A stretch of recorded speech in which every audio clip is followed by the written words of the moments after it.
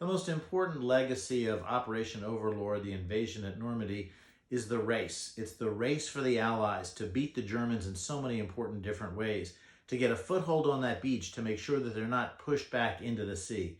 That's essential. The race to keep secrecy, to make sure that the Germans don't know where and when this attack is going to take place.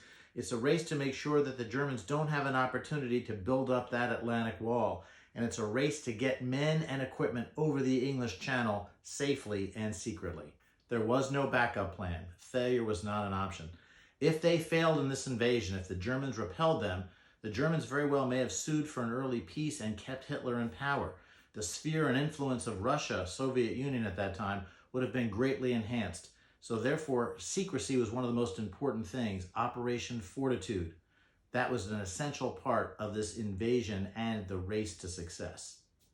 Time was of the essence for this operation because the Germans had been building up that Atlantic wall. The Allies didn't want to give them even more time to fortify it. There were rumors of a long-range missile that the Germans were working on, rumors of biological warfare, and German spies were getting closer to our atomic secrets. This operation had to take place right then and there in June of '44. There were only 3 days in June, from the 5th to the 7th, where the tides would be perfect and there would be a full moon. That was needed for the paratroopers. The tides were important because you didn't want your men to have to run across too much beach, but if the tides were too high, then theoretically the ships would hit the obstacles. The timing was crucial of when this event had to occur. The most important person in all of D-Day was, of course, General Eisenhower. Think about this, the weight of the world was literally on his shoulders. In addition to the fact that this operation had to be a success, he had to juggle the personalities of Churchill and Stalin. He had to put the British in charge, such as Montgomery, of leading the ground forces. He made 60% of the officers British just to make sure that there would be cohesion among the units. He had brilliant decision-making. Eisenhower made brilliant tactical decisions. He was flexible when he needed to be. He was forceful with the British when he needed to be, but most importantly, he was courageous. He was the one that had to make that decision to go. And because of his courage on June 6, 1944, this operation was a success. The most important legacy about the win in the Pacific by the Allies, unfortunately, focuses on the fanaticism of the Japanese. Their military, their government, their monarchy was able to effectively brainwash the fighting soldiers and the civilians of that nation, which led to countless deaths throughout the Pacific. As the Allies got closer to them, to the mainland towards the end of the war, a culture of death developed.